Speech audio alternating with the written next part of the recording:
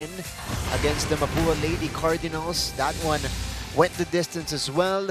5 sets. Arellano making a furious run in the 4th set and then taking set 5. San Beda coming off a breakthrough win, their first win of the season against San Sebastian. Yes, and that's their very first win also for their coach as of the moment. That's right. We're Coach Joshua Noda, who is the interim head coach netong San Beda Lady Red Spikers. They're given brand new life here in season 100 with the return of their star player, Angel Habacon. At nagahawa-hawa yung energy na yan para sa Lady Red Spikers. That's Janelle Bachar, who had 20 points against San Sebastian. Starts off with the score. Yes, and Martin, syempre kita naman natin dito sa San Beda kung gaano kataas yung energy nila. Syempre bumalik na rin si Habacon, no? Malaking bagay yun para sa kanila. And last game na nakita natin dito sa Arellano, nag-rally din sila dahil nag-start din umangat yung energy nila from time to time sa tuwing makakapatay sila ng bola, especially with their blocking, na magiging importante din para sa game na to. That's right.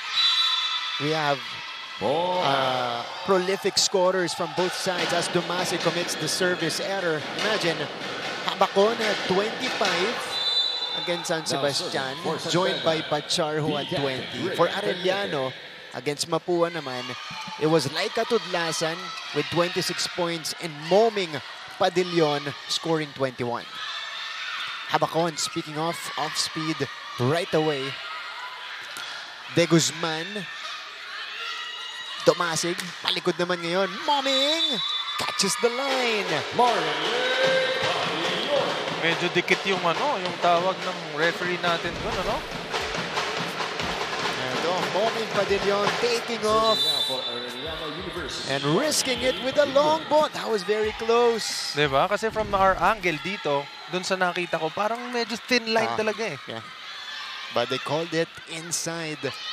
Navarro gives up the free ball. De Guzman off the combination. And San Beda gets the kill block.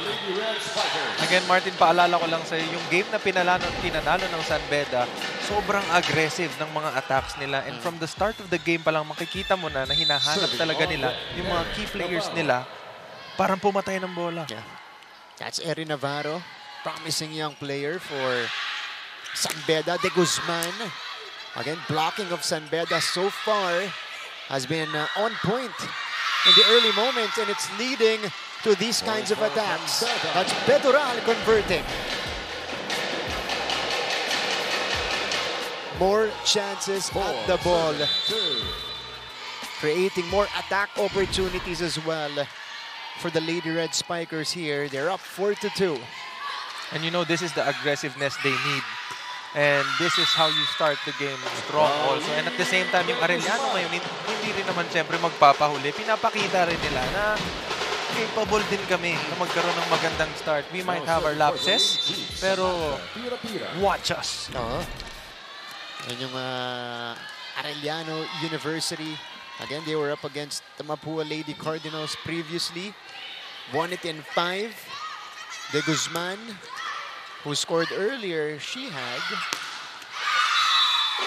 16 points. Pero ito, Laika Tudlasan puts it down to tie the first set. Napakabigat ng palo na yun, Tudlasan, na nung last game, medyo hinahanap natin. First, Tudlasan had a slow start against Mapua, eventually picked it up. 4 apiece here. Habacon, that's a good pass. Quick for Betoral, doesn't work. De Guzman. It's a scramble. Pinawid ni Dumasig. Angel flies in. Ito malakas para kay Angel Habacon. So that's 3 straight points for Arellano University. 5 serving 4. And Angel Habacon so far has scored at least 20 points in all of her 3 games that she's played in the season as Bachar puts it down. Ito, Janelle Bachar, good back set from Hiponya. And only a single blocker in front of Bachar. which is very unusual para sa Arellano, knowing that they're one of the teams na to look out for when in terms of blocking. Ito si Tomasig. That is returned over to Tudlasan. Smart play. Placement shot for Laika Tudlasan. And again, prior to that point, galing kay Tudlasan, pinaluan niya ng malakas itong San Beda. And hoping na papalo siya ulit ng malakas. Napakagandang read yung binigay niya sa atin. Binigyan niya tayo ng magandang hulog. Kita niya, malinis yung likod. Bakanteng-bakante. Ooh! That's a service ace for Pao de Guzman. And in the past few games, she has been cooking. Etong si Pao, parang nakukuha na niya yung rhythm niya dito sa ating season. Again, she had 16 in the previous contest, unleashing a sharp serve there. Tomasig tracks it down. Laika again off speed. Back row hit. This is Mangubat. Angel down the line. Went wide. So San Beda will challenge this call before we go to the technical timeout. Teka lang. Challenge muna tayo. Ball in, ball out. Video challenge request. They seem certain about it. Ball in, ball out. And syempre kailangan din to ng San Beda para ma-freeze yung moment dahil kailangan mapigilan nila yung momentum ng Arellano dito. Akala ko ang challenge nila, Prince, block touch Ako rin Diba? Parang nakita ko na sumabit pero parang line in outside yata. Pero ang kita ni Angel, pasok yung bola. So we'll see if San Beda, this is the first challenge of the match called by Coach Joshua Noda. Again, interim head coach for San Beda University. Kung hindi nyo po napanood yung kanilang unang pagkikita dito sa ating season, it was way back February 28. And Arellano won that in 4 sets. So, tignan natin. Inside ba? Tama ba ang judgment ng San Beda? Oh yeah, that looked good. Let's see how it lands here. Yes, sir. Ayun. Parang ganyan yung score kanina, yung point kanina Diba? Very thin line. Manipis. Very thin line. Manipis na manipis. Pero puntos yan para sa Lady Red Spikers. They are within 1. And Angel now will come from behind as she serves. Bigat. Quick for Mangubat. Tomasig. Padillon tries, too strong, and San Beda ties it up. 7 apiece here in the first. Sinong makakauna sa ating technical timeout? We'll find out after this rally. Here's the flip for Angel. Again, Pablo with a solid pickup. Tudlasan scores! And Arellano is first to 8 points. Technical timeout tayo. Pagbalik, yung kwento mula kay Bianca Alejandro.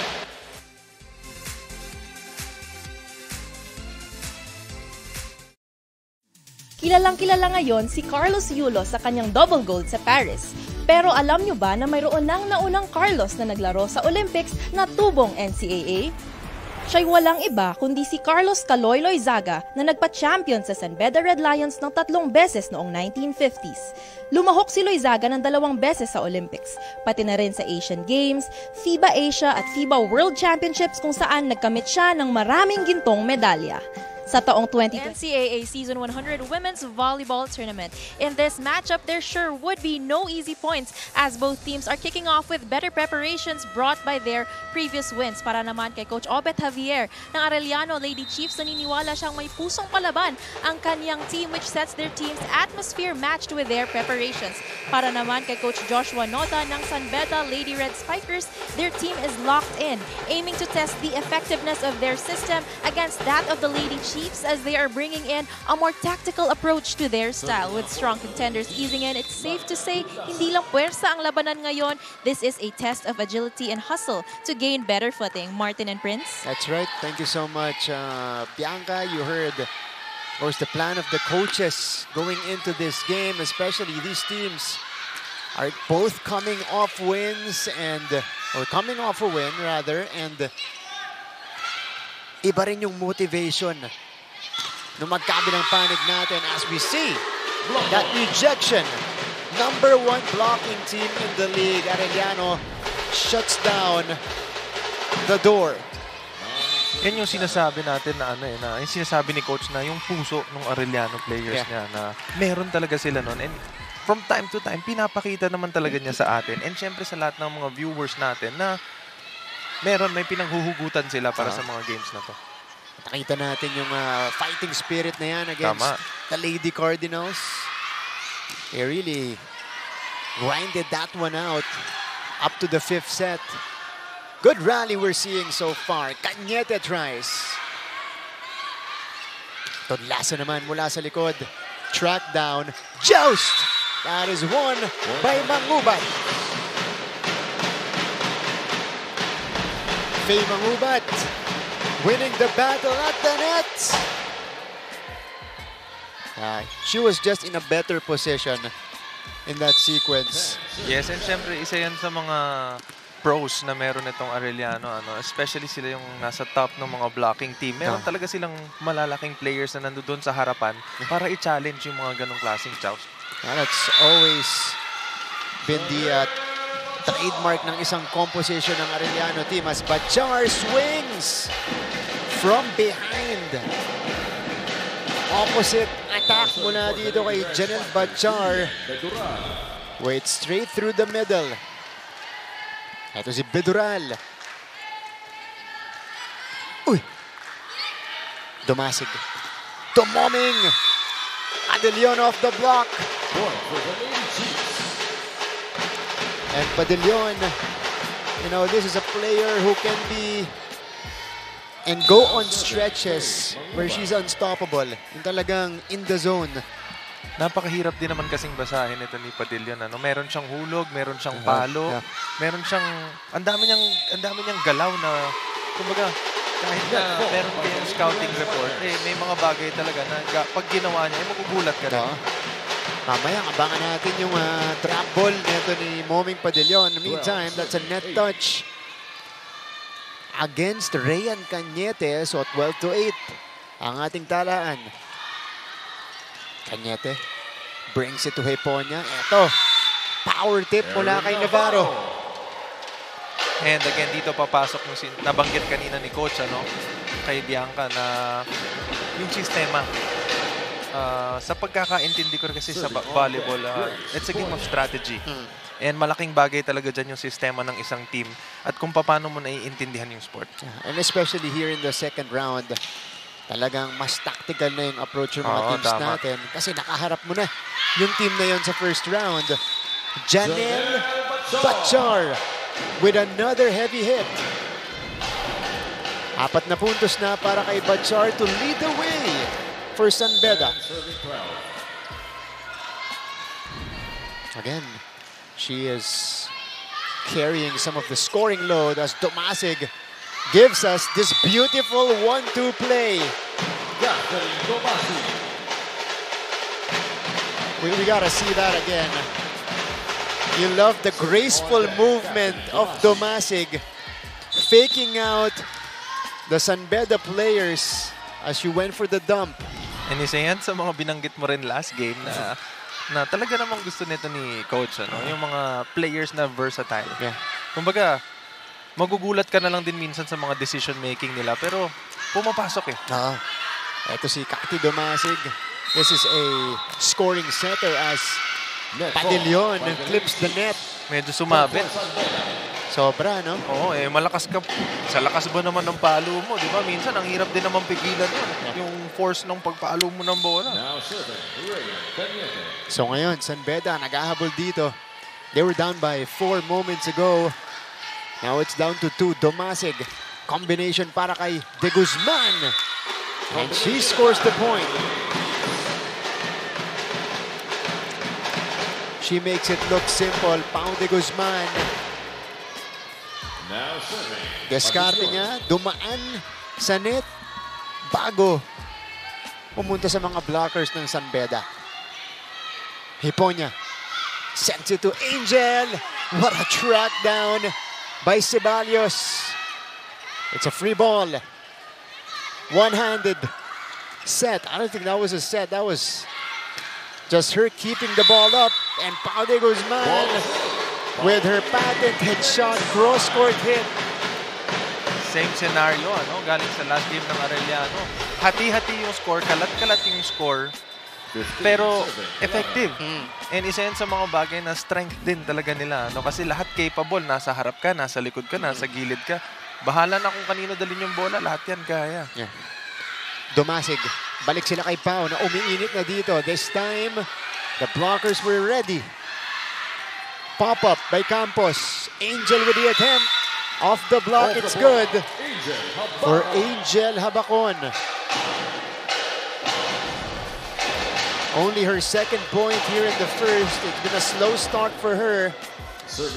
But you know, should eventually get there. Oh, and medyo consistent naman yata yung numbers na pinapakita niya so far. Doon sa mga games na nilaro niya, very aggressive talaga siya. That's right. Oh, Laika Tudlasan with a retaliation.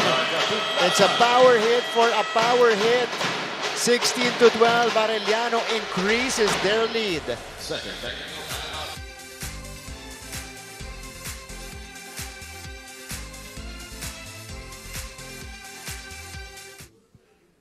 Ang unang pumapasok sa isipan pag NCAA ang napag-uusapan ay basketball.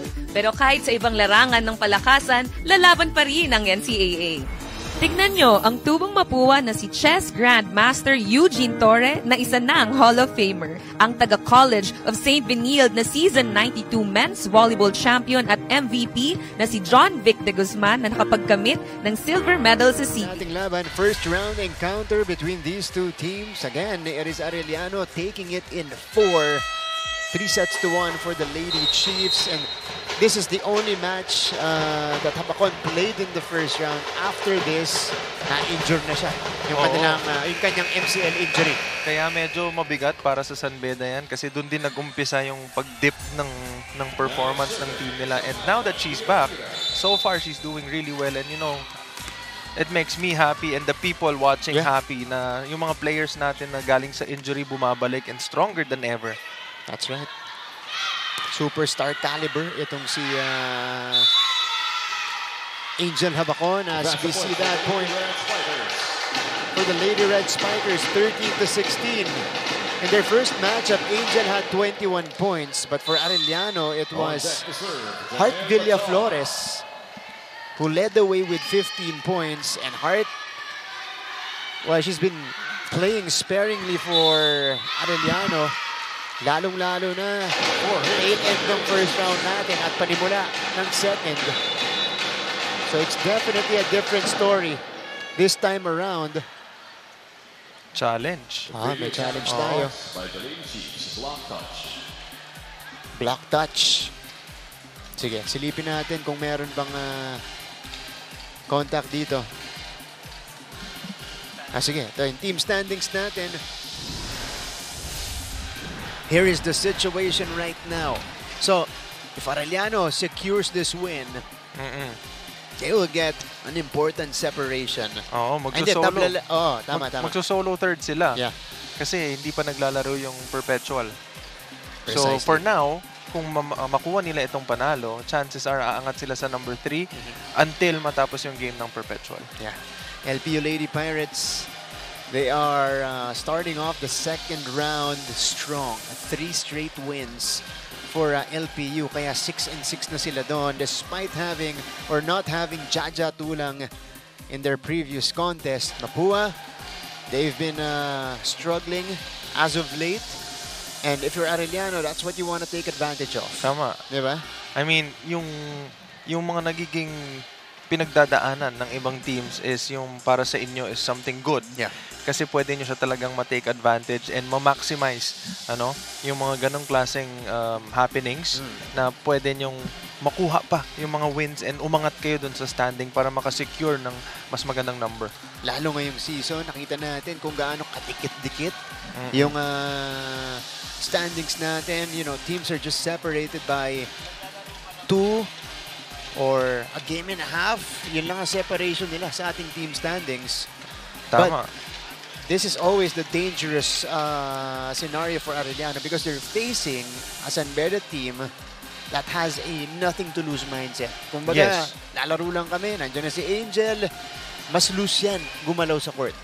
Oo, and syempre yung sistema na meron sila na medyo mas bago na and mas tactical yung magiging approach nila for this second round. Again, yung mga nasa standings natin, kung makikita nyo may mga ibang teams na medyo matataas yung number of losses nila, pero puro dikit yung laban, Martin. And so, hindi mo talaga pwedeng alisin yung fact na kung sino man yung makalaban mo dyan, hindi yun sure. Hindi siya siguradong panalo kung nasa baba sila. Kasi, again, like JRU kanina, and then now, San Beda, di ba? Na makikita mo talaga na ando dun sila. Kaya nilang makipagsabayan pati dun sa mga teams na nasa taas. So, a successful challenge for Coach Obet Javier. No. For San Beda, rather. Okay, so may contact. Meron talagang contact. Meron. So, uulitin natin to. But Arellano gets it back nonetheless.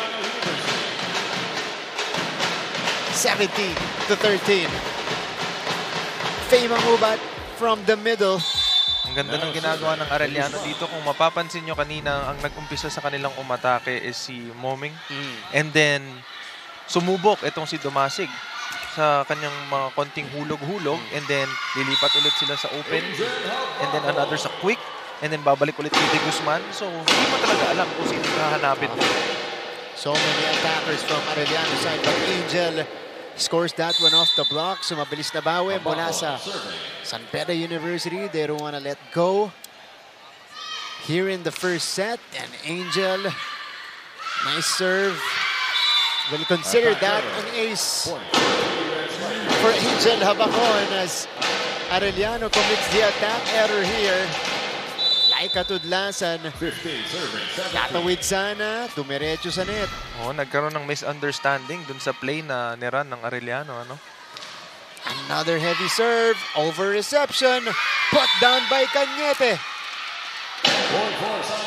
2 straight points for the Lady Red Spikers, and it's starting at the service line. Angel Habacon putting pressure on the first ball. Went to the net. Regalo para kay Ryan Cañete. 3-0 run for San Beda. Para hindi mahirapan yung spiker mo, nalilito yung spiker sa'yo eh. Hey, tuloy tayo! Pasok tayo na! Hey, sa'yo!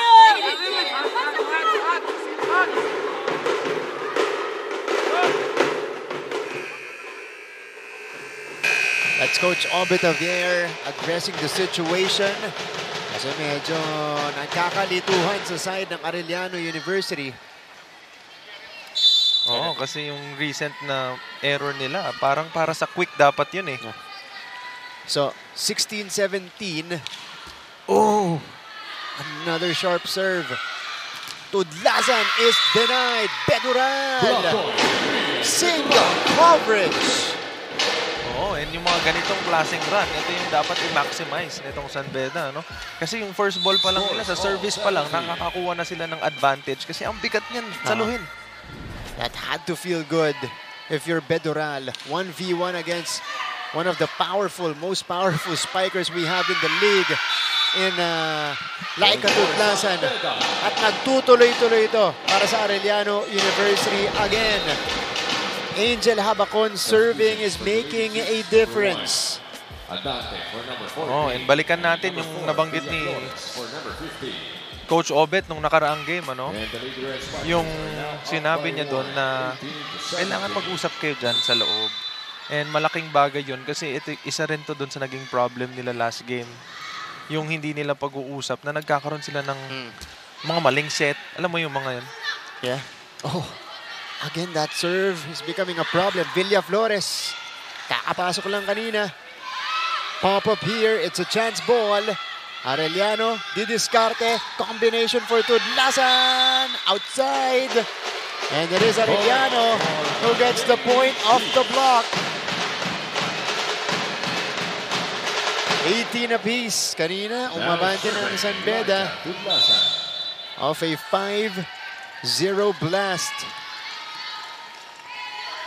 Pagkakataon para sa Lady Chiefs to get the momentum back. Cañete. Hiponya. They go to the back row. Adante, who is in the game now. Villaflores. Ginawa ng paraan. Napapasok pa lang yan. Meron na siya kaagad input. Again, she was the one who led Arellano in their first round encounter against San Beda. She had 15 points and Hart is starting to produce here. May tawag sa ganyan eh, magic bunot. Oh, yung kapapasok mo pa lang, meron ka na kagad ambag. Adante. 1-2 play for KC. And KC Adante gives them the 2-point lead. Siya siguro yung isa sa mga pinaka-deceiving mag 1-2 play. Nakita Should mo? make you commit first bago niya i-attempt. Nakita mo kung paano niya ginawa yun. Pagkaangat ng bola, tumingin siya sa bola. Pero sinilip muna niya. Anyway, alert lang doon sa mga drop, alert lang. Tapos execute tayo, isang patay lang yan, lalayo yan. Diba nasa endgame na tayo. Isa pa mag-inag. Go, go. Mahina lang yung missile. Eyes on the ball lagi.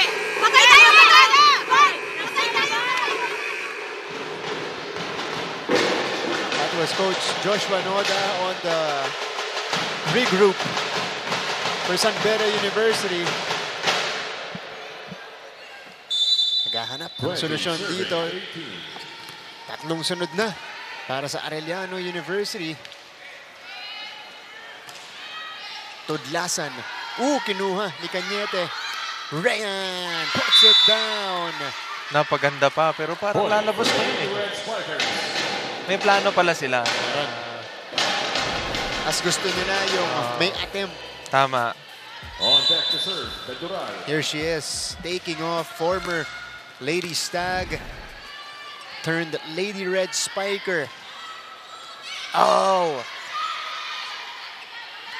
This is a gimme for San Beda. Cañete again! Same spot. And same result for Rayan Cañete, who now has 4 points in the first set. Number 4, Byung, or number 17. Palitan ng tao dito. Byung Now serving, Amber Lee coming Byung. in for the first time to serve.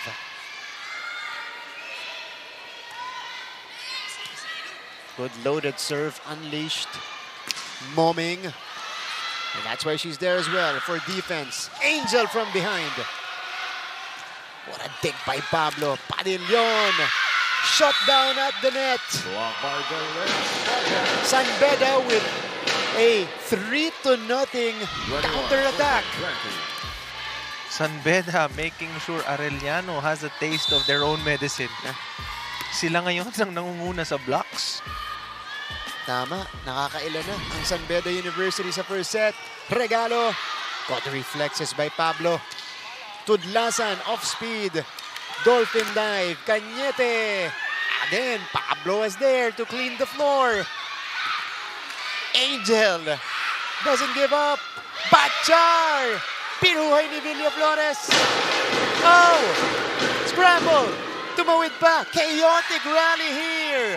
Mangubat. And it's not yet over. Adante to Padillon. Teka lang. Oh, such an Sumabit ata yung buhok. such an anticlimactic way to end Number 8, Kagikla. that chaotic rally. Napakaganda ng rally na yon. Pati ako, parang gusto kong tumayo sa upuan ko eh. Lona Kagikla. Talagang mapapakapit ka. Alona Kagikla, team captain ng Arellano University. Hiponya. Navarro! Denied by Tira. And you love the swag afterwards. 1v1, middle versus middle. Sam prevails. Kita mo naman. Sabi niya, tira-tira ka lang dyan. Ako na lang bablock sa'yo. Bago pumihit, may tingin pa ng konti. KC, over to Hart. Villa Flores connects. 23-21. Arellano, Coach Josh calls another timeout. Again, yung magic bunot natin. Magic talaga. Hindi pa nasarap. May back row ka pa. Guys, kontrolin lang muna yung first ball. Then attack, then execute tayo na maayos. Ano nangyari sa'yo? Kaya yan. Huwag tayo bumitaw, habol yan. Kaya. Basta. Hey, go San Beda! Wala pa 25. Alright. Grabe, yung mga run natin dito. Hart Villa Flores coming alive off the bench with yet another point for Coach Obit Javier. This one to give them the 2-point lead. Ever since she entered for De Guzman, she has been producing. Cañete. Back row hit. And Angel Habacon. Perfect targeting for Angel. Oh, imaginein mo naman na pag nasa harapan ka, alam mo kung saan dadalhin yung bola. Pag nasa likod, ganun din. Diba? Yung hang time niya, allowing her to read and scan the defense. Oh! Service ace! Kumbaga, ang sasabihin lang yan sa atin, Martin, yung service nga na malayo, alam ko kung saan yung malapit pa. Hiponya. Wow! That one dropped right down the middle. Hiponya again.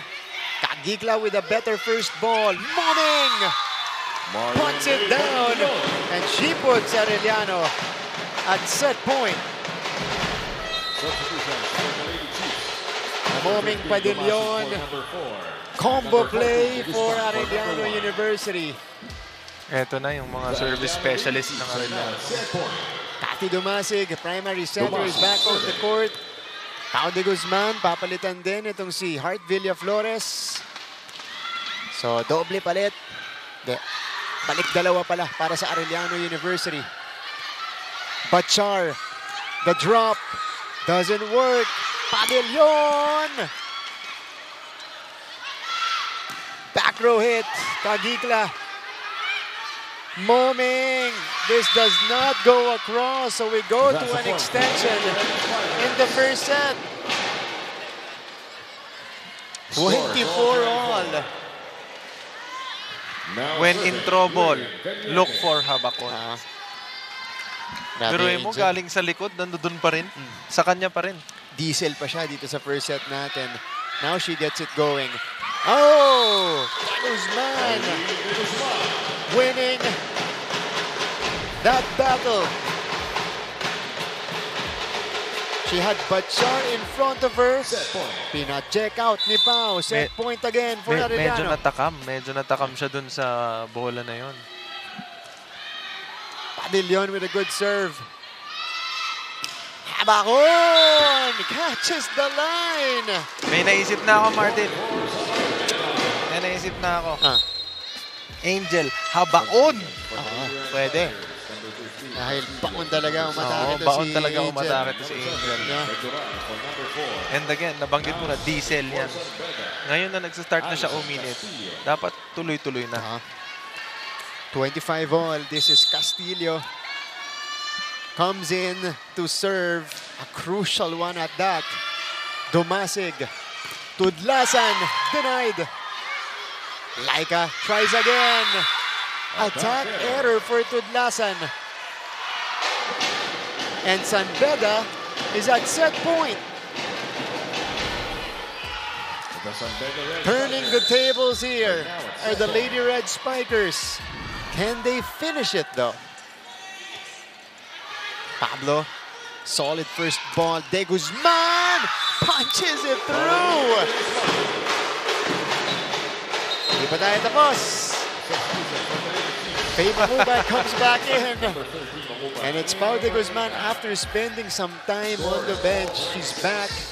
And she's dealing damage for Arellano. Martin, pinag-usapan natin to kanina na yung score aabot ng medyo mataas. Heton tayo. First set pa lang. First set pa lang.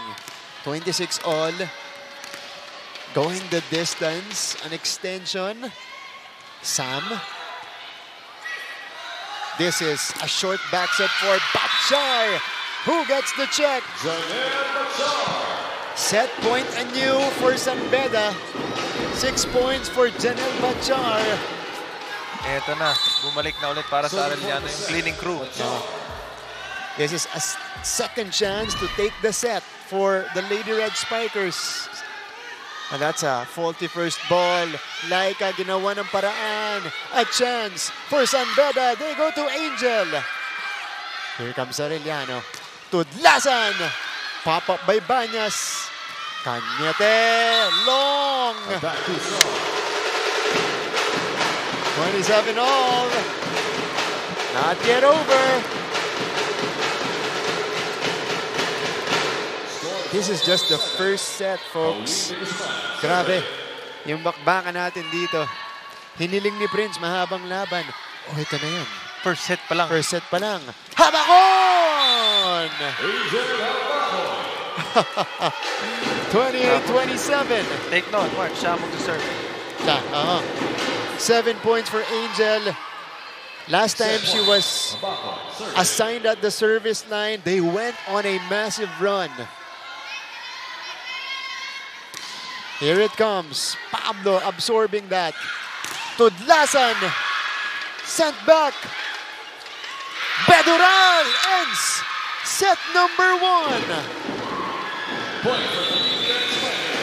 Bedural on the second jump.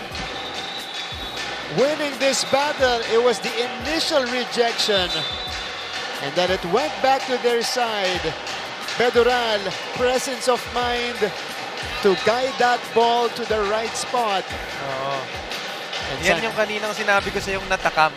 If dalawang kamay yung inangat niya kanina instead of nilabanan niya ng joust, baka nakuha nila yun. And San Beda completes the comeback in set 1. 36 minutes. Pagbalik natin, numbers and highlights of this set.